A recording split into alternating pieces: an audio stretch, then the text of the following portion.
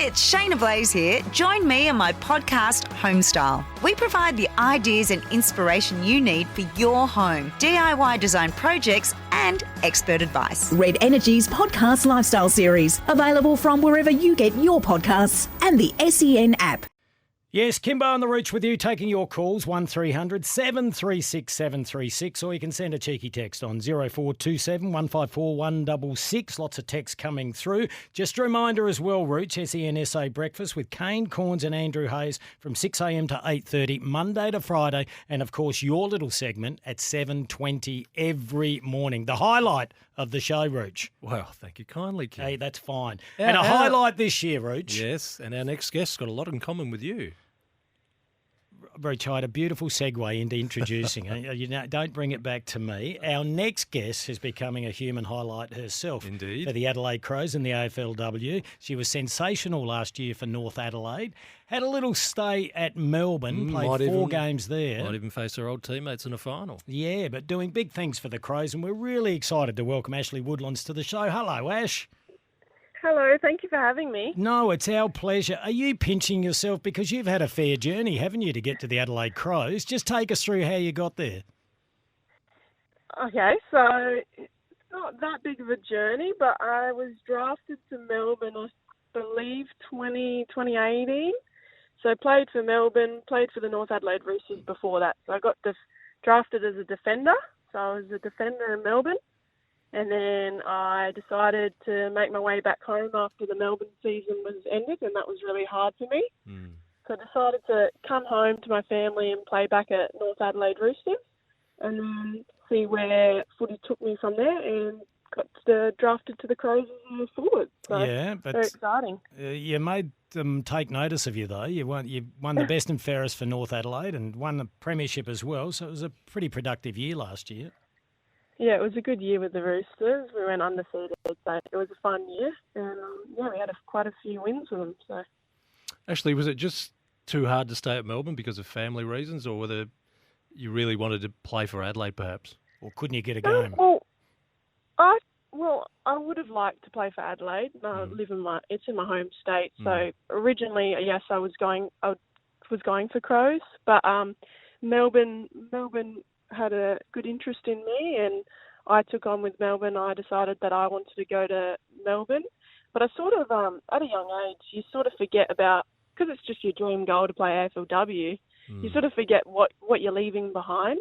So I was all for it and excited. Melbourne Football Club was really good, but when I was over there, I worked out all the little bits that I left behind. My footy family, my mum, she's my massive support. So yeah, I think coming home was probably the best decision I did. Fair enough. So is it right, Ash, that you struggled to get a regular game there? You played just the 4 games for Melbourne. Was it a harder side to crack for some reason?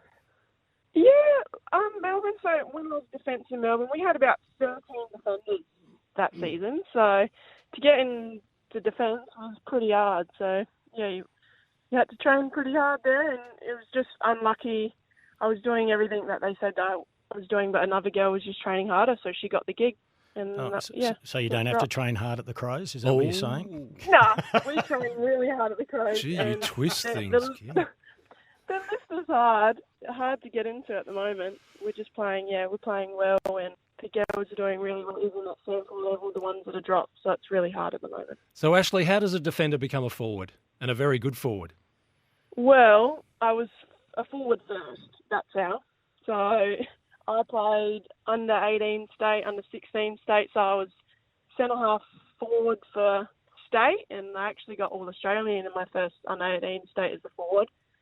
So I played forward for North Adelaide as well, but one season we just decided to change me on the half-back, and I got drafted from it, so that's how that happened. Ash, can we settle something here? Yeah, just how tall are you? When doing a bit of research, I had a look, and I've watched all of your games, and you're very competitive, and you're good at ground level as well, but you're good in the air.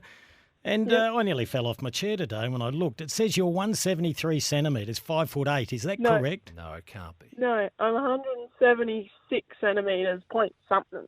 176. So what's that make it in the old scale? Because I thought you'd play a lot taller than that. I mean, you've got a lot of hair. That might have been because it made it descended.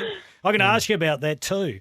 Because we asked the men as well. Like, you wouldn't remember a guy called Tommy Alvin that played for Carlton. He was brought down in one of the most famous tackles. He had really long hair, and his hair was just ripped from behind. And it's quite a famous incident. How do you go? Because a lot of the girls have the buns and the ponytails and the top knots, etc. But yours seems to just be flowing everywhere with the longest ponytail on the team. Well, actually, it's normally longer. I get it cut before like round one, so it is shorter because I can't play with it in a bun. It falls out of the bun, so I think it's more annoying in a bun than it is in a ponytail. Okay, because that was a serious question in terms of, does it? And we even, when Sam Powell Pepper was playing a few years ago before he shaved his hair off, all he ever did was move the hair out of his eye line. And I sit there thinking, that's got to be frustrating. Yeah, some girls ask if it's annoying, but I don't think of it as like when it's in a ponytail, I don't think it's annoying. But if I put it in a bun, I'm more worried about it. So I just do whatever's comfortable when the ponytail's comfortable. So that's what happens. Actually, let's talk about the finish to the season. 2 weeks ago, we were saying Adelaide has to win one game to make the finals. Then you finish up minor premiers. Were you pinching yourselves that you finished at number one? Oh, it was a surreal feeling, to be honest. We were just hoping to get into the finals. So when we beat Bulldogs, we knew we slotted us a spot in the finals. And then come Sunday, we were going for minor premiers. So I think it was the Melbourne beat Brisbane, I think, for us to go minor premiers. So it was insane. So we're very happy about that now. It's staggering. Watching a few of the games earlier in the year, especially when Freo tailed you up, I said on our show that I just felt like the competition's caught up to the Adelaide Crows a little bit. Certainly the top half, and we can see in the top six sides there's only a game between every side. So it's very even at the top half. But and then you had that poor performance in Melbourne at Casey Fields. But you seem to have got the side organised now. We're seeing Chelsea Randall playing both ends of the ground, but I think her true position is as a defender. Do you reckon you're just cherry ripe now? The old Doc's got it spot on for the finals? Yeah, I think we moved a lot of players around at the start of the season to see where everyone played best and played one ruck for a few games. But I think we've got our team pretty set. But the girls that aren't in the team, they're still pushing, so they'll probably, even some of them might make their way into the final. We don't know yet, so to wait and see. You've got the week off, Ashley, and you wait for Melbourne and Fremantle, two teams that have beaten you this year. I'm just having a look at the AFL website that's done a preview on the final series. Tell me whether this is fair. They suggest the case against Adelaide winning the premiership is that they struggle when the heat's applied, particularly if you sit on Ebony Marinoff and Anne Hatchard. If that happens, can you cope? I think we can 100% cope, and I think Ebony Marinoff and Anne Hatchard will be able to cope with that too, because they're one of the strongest players, midfielders in the competition, and I just think they'll get around that. And our team, we've got so much talent in our team, and it's not just Ebony Marinoff and Anne Hatchard anymore. I think there's a lot of young girls, Eloise Jones and Danielle Ponter, Chloe Shear. I think there's a lot of girls in the team that can stand up if they do sit on them too. So, I think we'll be fine. Beautifully answered. And I tell you, my favourite's the little pocket rocket, Rochelle Martin. She's just improving every week. She's an absolute ripper. Apart from your good self, Ashley, what's it like coming to the Adelaide Football Club and all of a sudden lining up and mixing and training and becoming friends with Chelsea Randall and Erin Phillips, two of the icons of the game? Yeah, I've always looked up to them girls. So I train with Chelsea Randall came and played local footy with my club when she first came over.